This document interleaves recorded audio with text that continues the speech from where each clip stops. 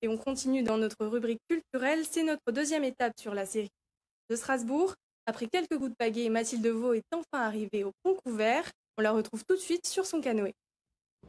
Je me trouve actuellement au pont couvert dans le prolongement du quartier de la Petite France et vous allez voir, ils ne portent pas forcément bien leur nom. Nous allons faire un bond dans le passé pour comprendre leur utilité à l'époque.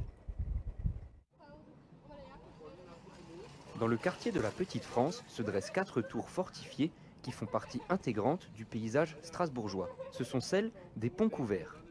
Mais attention, une confusion est possible car les ponts couverts ne le sont plus, et ce, depuis longtemps.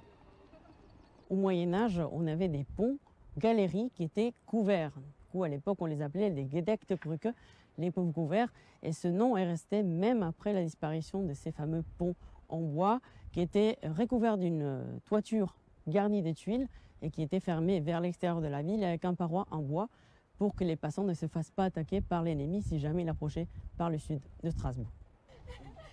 Bâtis au XIIIe siècle, ces ponts ont été rapidement utilisés comme ceinture de fortification de la ville. En 1862, un projet de rénovation est lancé.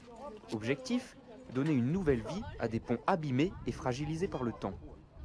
Au XIXe siècle, évidemment, donc ces ponts ont quasiment 600 ans déjà, il faut les remanier parce qu'ils sont attestés comme en bois depuis l'origine, avec peu de fondations en pierre. Sauf que l'impact des ponts, c'est surtout l'eau. L'eau, ça érode, ça abîme et il faut donc stabiliser ces ponts. C'est pour ça qu'au XIXe siècle, on va avoir une restauration des ponts avec une restauration par la pierre. Depuis 1928, cette œuvre architecturale est classée au monument historique. Traversée chaque année par plusieurs millions de visiteurs, elle fait partie des incontournables lors d'une visite dans la capitale alsacienne.